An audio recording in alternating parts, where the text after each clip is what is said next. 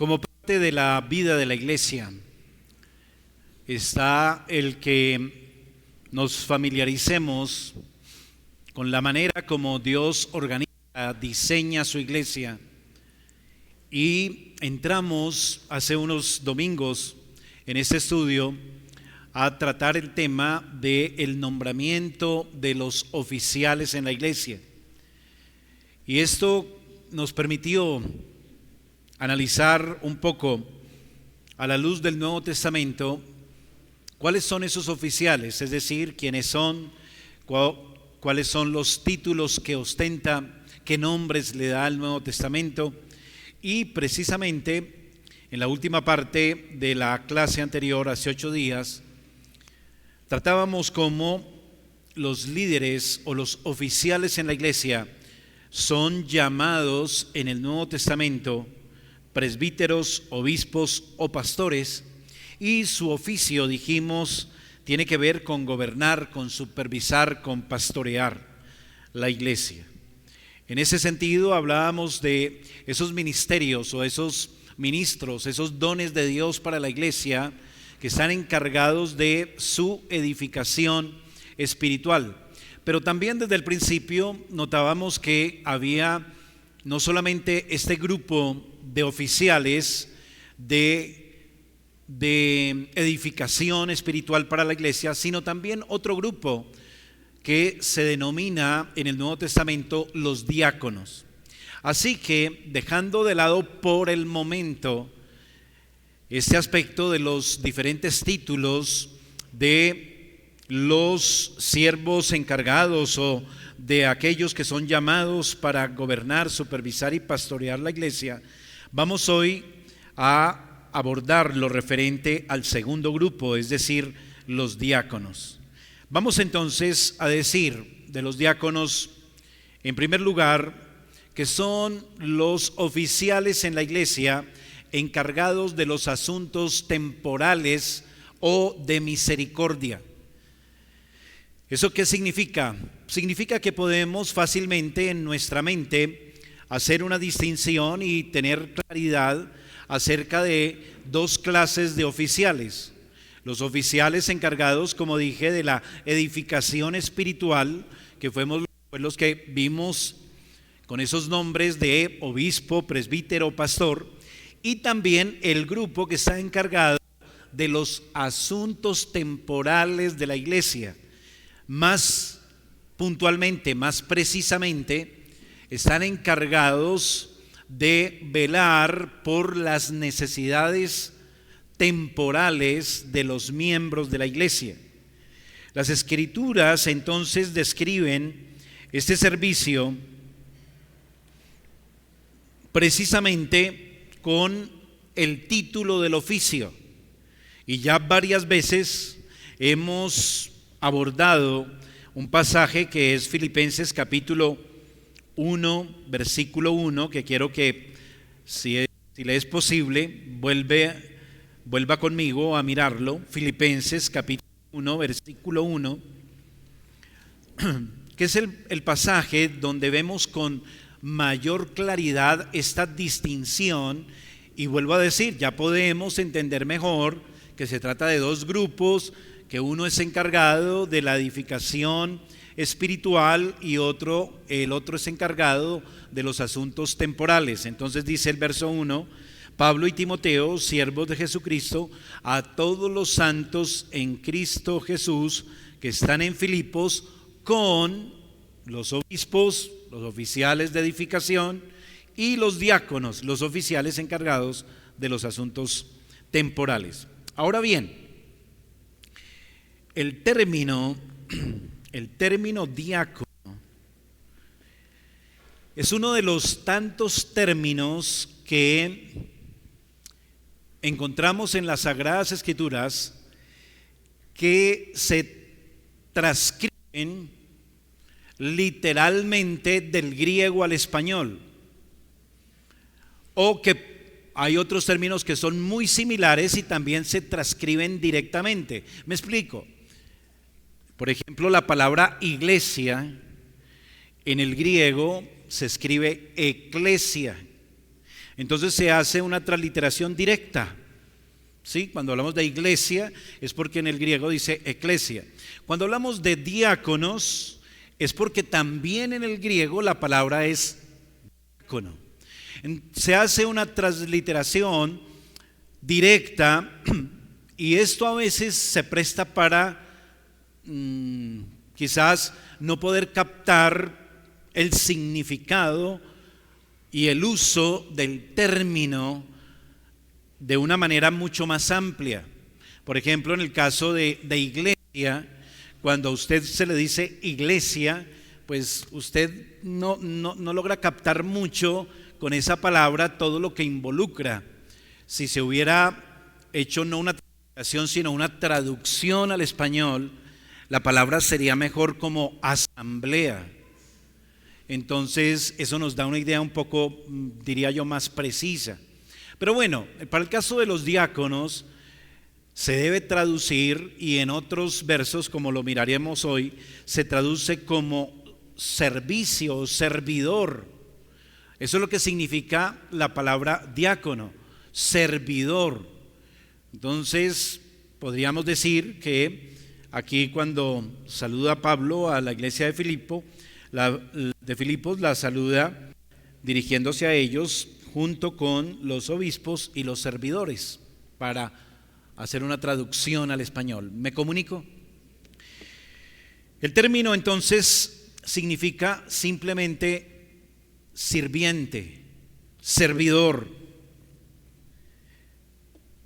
Y eso se debe a que los diáconos sirven en la iglesia, como les decía, en asuntos temporales y mayormente asuntos de caridad, o asuntos como algunos también llaman, y me gusta más, asuntos de benevolencia, de necesidad, de caridad.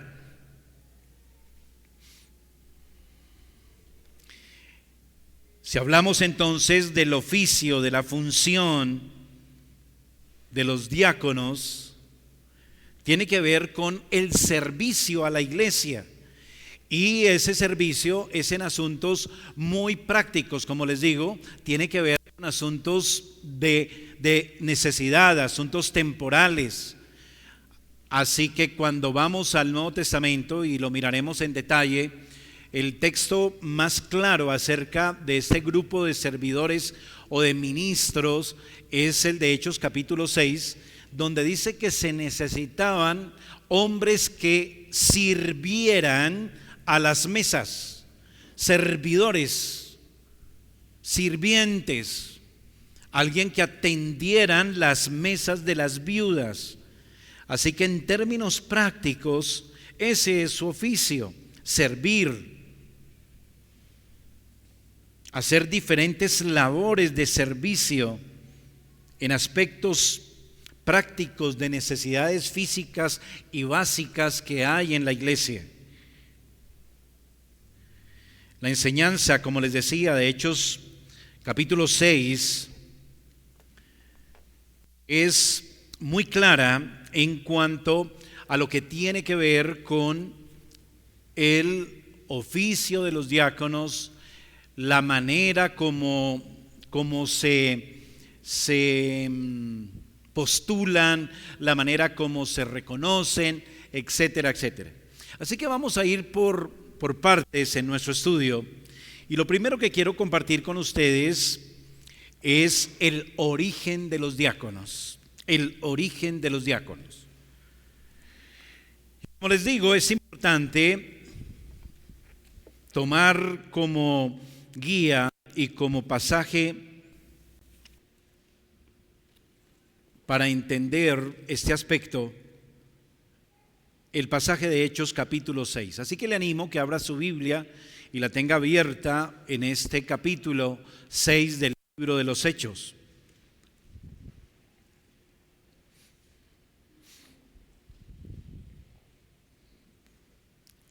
Voy a hacer una lectura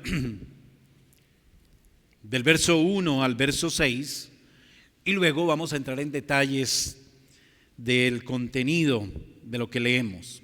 Dice así la Escritura: en aquellos días crecieron, como creciera el número de los discípulos, hubo murmuración de los griegos contra los hebreos de que las viudas de aquellos eran desatendidas en la distribución diaria. Entonces los 12 convocaron a la multitud de discípulos y dijeron: no es bueno que nosotros dejemos la palabra de Dios para servir a las mesas. Buscad pues, hermanos, de vosotros a 7 varones de buen testimonio, llenos del Espíritu Santo y de sabiduría, a quienes encarguemos de este trabajo. Y nosotros persistiremos en la oración y la palabra, y en el ministerio de la palabra, Agradó la propuesta a toda la multitud y eligieron a Esteban, varón lleno de fe y del Espíritu Santo, a Felipe, a Prócoro, a Nicanor, a Timón, a Parmenas y a Nicolás, prosélito de Antioquía, a los cuales presentaron ante los apóstoles, quienes orando les impusieron las manos, y crecía la palabra del Señor, y el número de los discípulos se multiplicaba grandemente en Jerusalén, y también hubo muchos de los sacerdotes que obedecían a la fe. Bien, entonces tenemos aquí una descripción, creo que usted notó, muy amplia, con mucha información acerca del diaconado. Pero entonces les decía, vamos a ir poco a poco. Y hablando en primer lugar del origen de los diáconos, note entonces que según este pasaje, la iglesia de Jerusalén había crecido de una manera importante, de una manera considerable. Mire el verso 1. En aquellos días, como creciera el número de los discípulos, había en la iglesia de Jerusalén muchos miembros. Recuerde que en Jerusalén fue cuando predicó el apóstol Pedro. ¿Sí?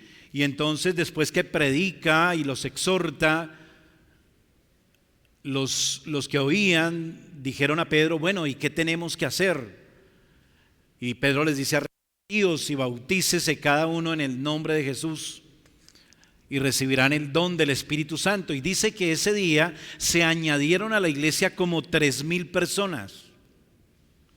Así que 3,000 son 3,000. Y dice que se bautizaron.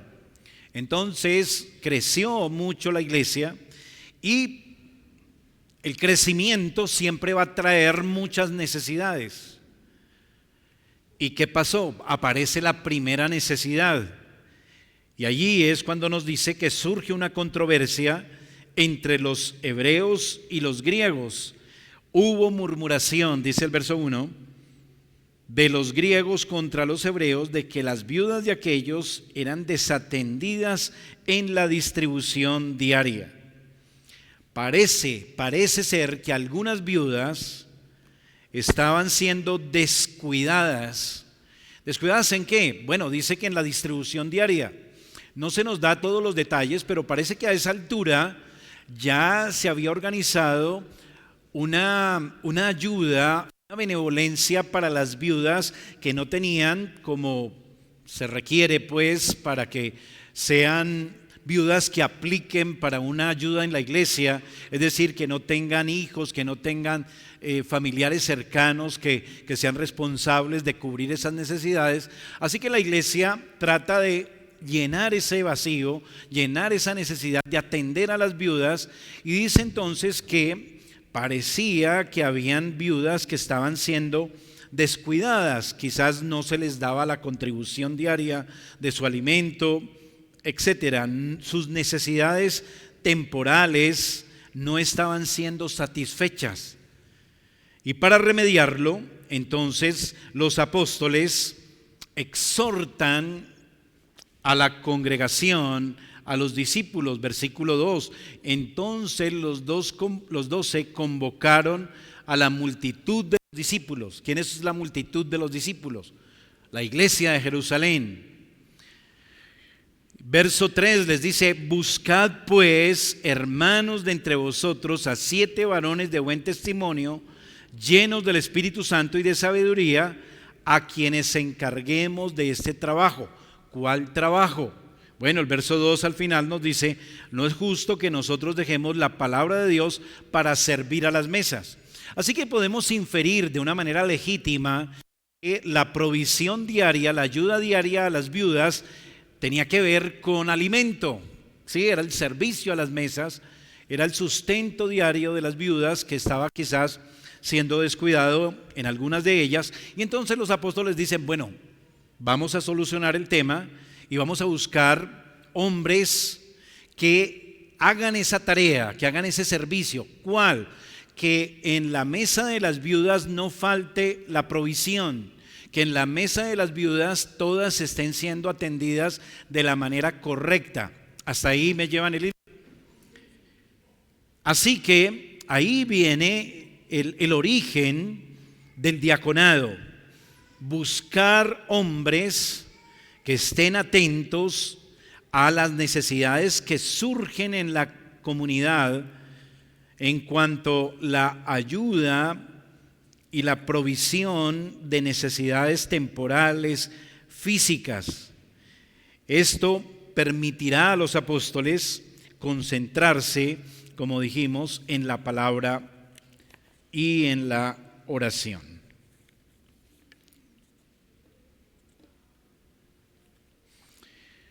Ahora bien, ¿por qué tomar solo este pasaje y este texto como base para encontrar el origen del diaconado? Bueno, permítame entonces que consideremos 3 razones de por qué este pasaje es clave para entender el origen del diaconado. La primera razón es un testimonio de necesidad, la segunda, un testimonio propio del texto, y la tercera, la historia de la iglesia. Permítame ir poco a poco en cada una de ellas. Una razón importante para notar que este testimonio de Hechos 6 nos habla del origen del diaconado es el testimonio de la necesidad. ¿Y qué quiero decir con esto?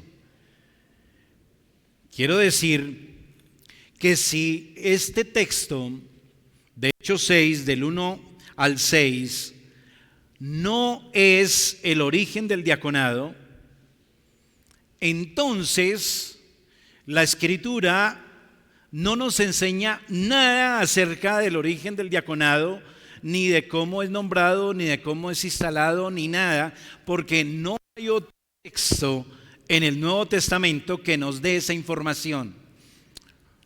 Entonces, hermanos, esto es algo que nos dice mucho. Este es el pasaje que realmente nos habla muy claramente de la naturaleza, de los deberes de los diáconos, de su instalación. No hay otro pasaje en las Sagradas Escrituras. A este respecto debemos recordar que fueron los 12 apóstoles también, que dice este pasaje, que tomaron la iniciativa de convocar a la iglesia para que postularan a estos hombres y se delegara ese servicio. ¿Por qué insisto en el punto? Hermano, porque debemos captar la autoridad apostólica en este proceso. Esta situación no resultó de pronto como algo espontáneo en una comunidad local del primer siglo y algunos hermanos, cualquier miembro se puso de acuerdo y dio un orden y estableció estas cosas. No, fueron los apóstoles. Y es importante que sean los apóstoles los que hayan hecho esto, los que hayan dado manejo a este tema de esa manera. Claro que sí es importante. ¿Por qué? Porque ellos son los apóstoles de Cristo. Ellos fueron los llamados a ser el fundamento de la iglesia, porque la iglesia, dice Efesios capítulo 2, está edificada sobre el fundamento de los apóstoles y profetas. Así que el testimonio apostólico es todo lo que Cristo delegó a los apóstoles y entregó a los apóstoles para que ellos a su vez pusieran en práctica en la vida de la iglesia. Así que esto no lo hicieron los apóstoles, digamos, en un sentido común y corriente, sino que por ser una decisión apostólica tiene el peso de la autoridad de Cristo. ¿Me comunico? Entonces, Pablo escribe a Timoteo, por ejemplo, como ya hemos visto, diciéndole que le va a dar unas instrucciones acerca de cómo debe conducirse en la iglesia, que es la casa de Dios, columna y baluarte de la verdad. Y cuando Pablo le dice a Timoteo eso, que le va a dar todas las instrucciones para que sepa cómo organizar, cómo establecer cada aspecto en la vida de la iglesia local, se la dice Pablo a Timoteo. Entonces vamos a encontrar que dentro de todas las instrucciones que Pablo da a Timoteo, hay una instrucción acerca de los diáconos. Mire 1 Timoteo capítulo 3 conmigo un momentico, por favor.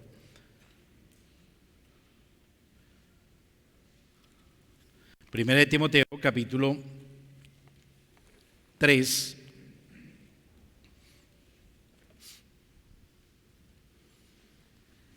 Versículo 8. Desde el versículo 1, Pablo está dando instrucciones acerca de los requisitos o calificaciones de ese grupo de oficiales encargados de la edificación, la iglesia, la edificación espiritual, que son quienes, los obispos, pastores, ancianos. Mas note que después de listar esas calificaciones o requisitos, mire lo que dice el verso 8. Los diáconos asimismo deben ser honestos, sin doblez, no dados a mucho vino, etcétera, etcétera, etcétera.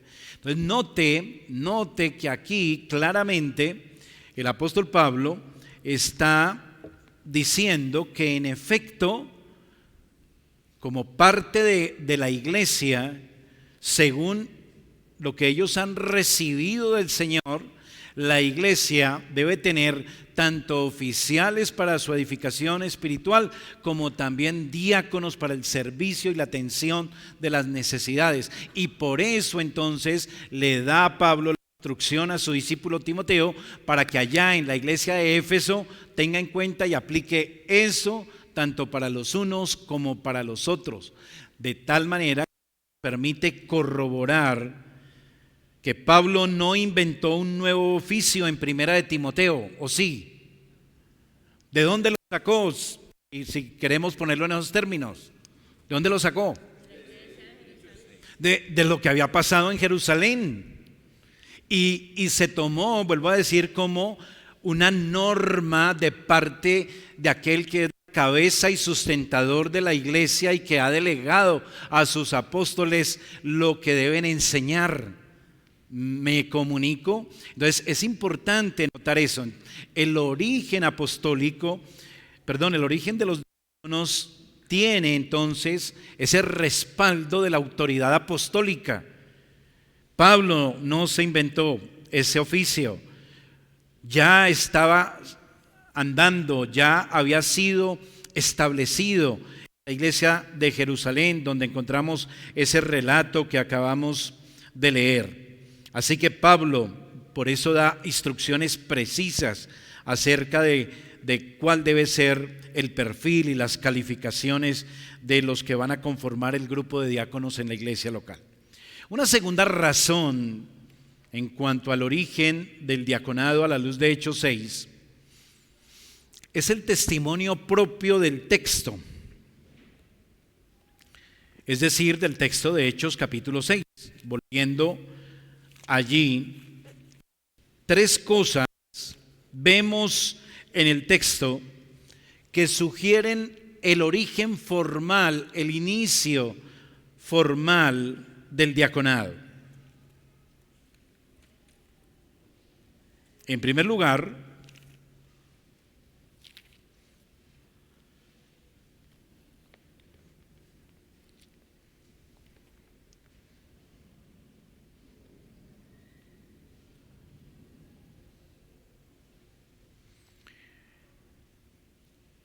en el versículo 1 y 2,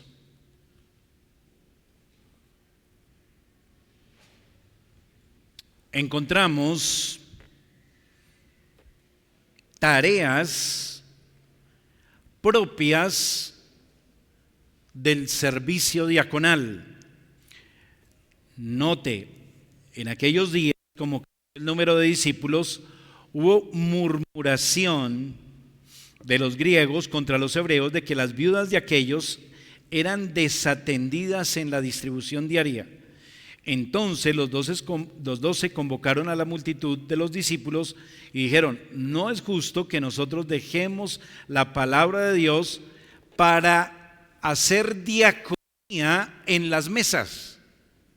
Dice, para servir en las mesas. Recuerde que la palabra diácono se traduce como servir, servidor, sirviente. Entonces, el verso 1 y 2 nos está dando la idea de el oficio diaconal. El oficio diaconal es servir. El oficio diaconal tiene que ver entonces con esto de distribuir los alimentos diariamente, servir a las mesas. También aquí hay otro aspecto. En segundo lugar, en el versículo 6 dice: a los cuales presentaron ante los apóstoles, quienes orando les impusieron las manos. Este acto de imposición de manos en el Nuevo Testamento e incluso en el Antiguo Testamento es un acto que siempre tiene una connotación de una ceremonia oficial, es decir, de algo que se está haciendo de manera formal, de manera oficial.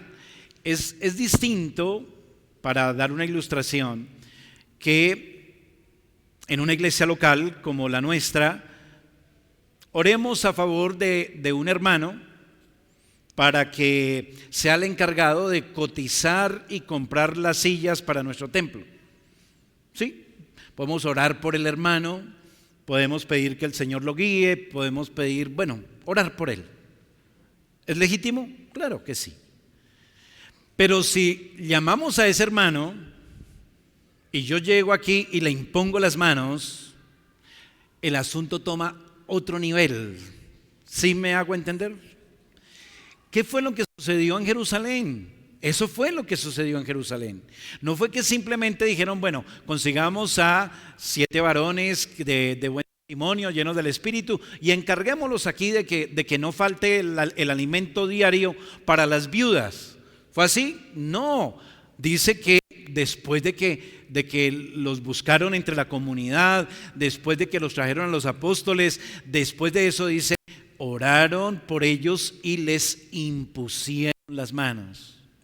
Eso se hizo algo muy formal, se volvió algo oficial, se volvió algo importante, por decirlo de otra manera.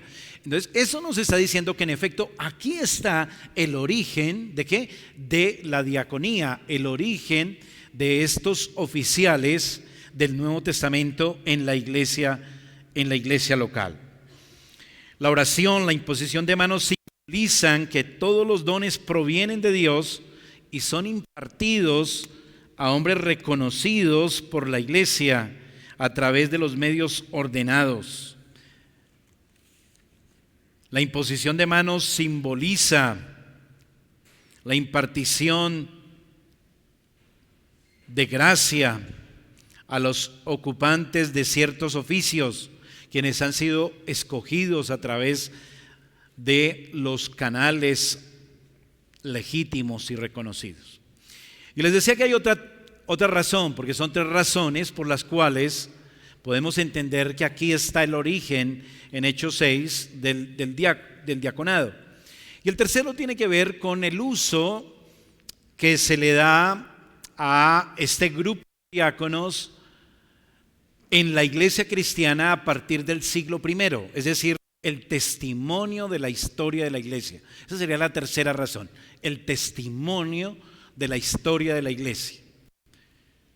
El testimonio de la historia de la iglesia nos ayuda a entender que Hechos 6 fue el origen formal del diaconado. ¿Por qué? Porque casi sin excepción, la iglesia, los cristianos, las iglesias, a partir del momento en que empiezan a esparcirse en el mundo conocido bajo el Imperio Romano, todas las iglesias locales empezaron a practicar y a tener este grupo de diáconos en su iglesia local.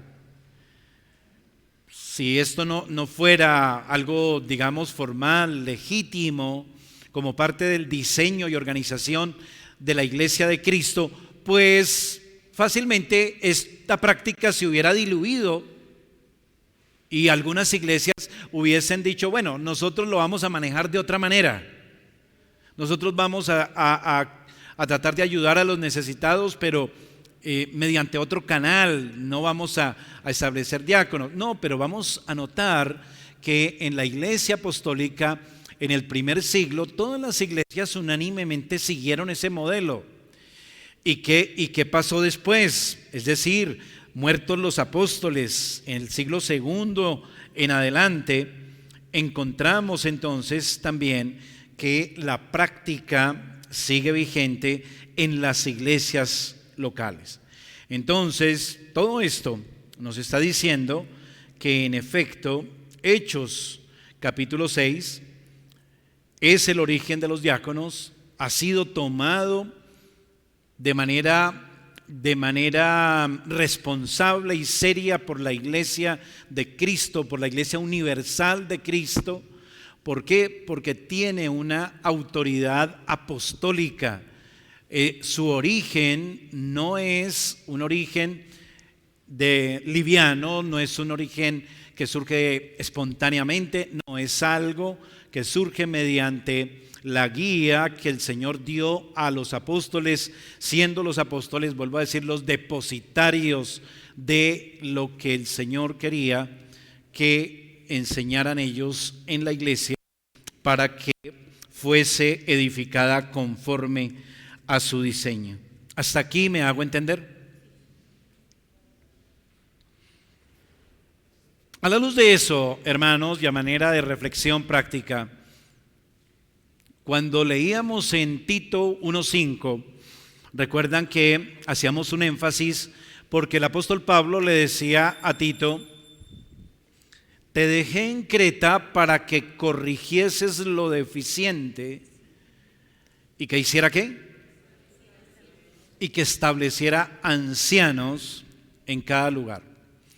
Ahora, si a Timoteo le dice, cuando está de pastor en la iglesia de Éfeso, le dice, vea, estos son los requisitos para los obispos y estos son los requisitos para los diáconos. Será entonces que es importante para la salud y bienestar de una iglesia local tener estos dos grupos de oficiales. La respuesta es sí, es importante. Es bueno, así como dice en Tito, para que sea una iglesia que no tenga deficiencias, es ideal que la iglesia entonces tenga tanto oficiales para la edificación espiritual de la iglesia, que son esos obispos, que son esos ancianos, que son esos pastores, y para cubrir las necesidades temporales y atender las necesidades temporales que surjan y servir en la ayuda mutua. Es también importante tener unos oficiales que se denominan diáconos. ¿Correcto, hermana Glinis? Bueno. Vamos a hablar de los requisitos y calificaciones de los oficiales. Y cuando hablo de requisitos y calificaciones de los oficiales, estoy pensando en los dos grupos, tanto de los unos como de los otros. Y eso es lo que vamos a empezar a trabajar, Dios mediante, a partir de el próximo domingo. Pero permítame dar un preámbulo en los 48 segundos que me quedan.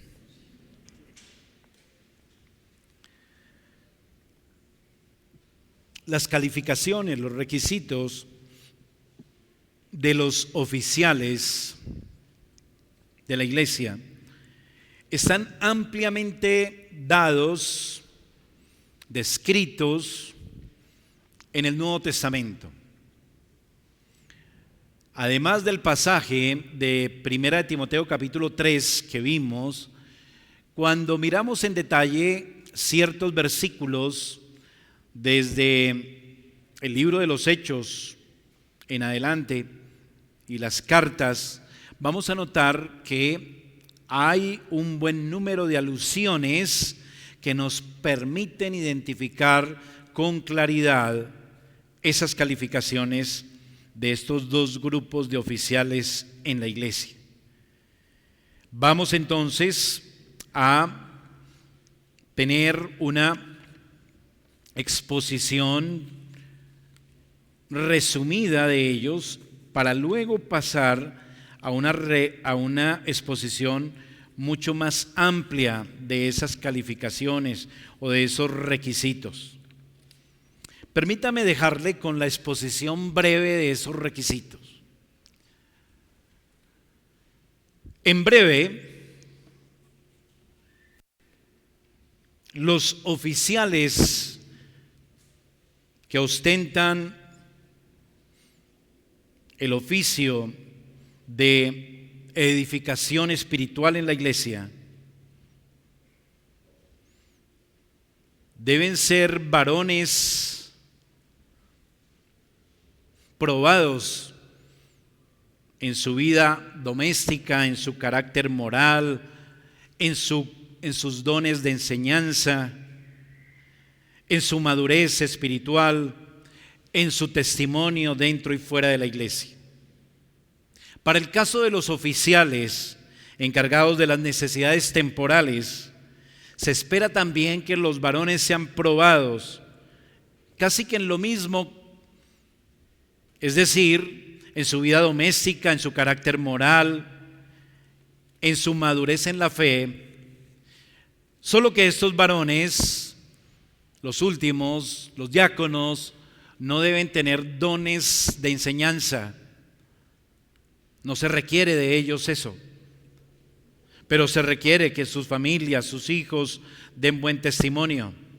De esa manera, entonces, el primer grupo, los encargados de la edificación de la iglesia, deben tener gracias especiales, dones especiales para dirigir la iglesia, edificarla espiritualmente, mientras que los diáconos deben mostrar también esas gracias y dones, pero orientados y direccionados hacia la benevolencia, hacia la caridad y los asuntos temporales de la iglesia.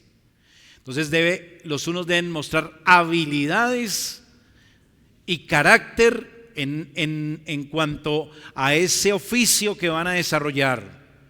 ¿Cuál es ese oficio? Su responsabilidad de la edificación espiritual de la iglesia. Deben mostrar carácter y habilidades claramente reconocibles sobre esa función, acerca de esa función. Y por el otro lado, los diáconos también deben ostentar ese perfil, ese carácter, esas habilidades para la función que les corresponde. Es decir, que sean hombres dotados de un don de servicio, ¿sí? No no solamente porque son buenas personas, porque son muy queridos, porque son muy amables, no, tienen que realmente mostrar ese perfil, ese carácter, que en verdad muestren que están habilitados para cumplir cabalmente con ese servicio de benevolencia en la iglesia y obviamente, como lo vimos, para el otro grupo también en cuanto a su oficio. Eso sería una descripción general, una descripción breve, resumida de la calificación o los requisitos que deben llenar los que apliquen a esos dos grupos. Dios mediante, entonces vamos a iniciar con la exposición extensa de esas calificaciones en la clase siguiente, con la ayuda del Señor. Oremos. Padre, gracias damos por este tiempo y la oportunidad de poder mirar, revisar estas cosas a la luz de tu palabra, poder refrescar nuestro conocimiento, también nuestro espíritu con tu palabra. Y Señor, rogamos que nos ayudes para que todas estas cosas podamos atesorarlas en nuestro corazón, en nuestra vida, y como iglesia poder crecer en estos asuntos. Te rogamos tu gracia, tu bendición, en el nombre de Jesús. Amén y amén.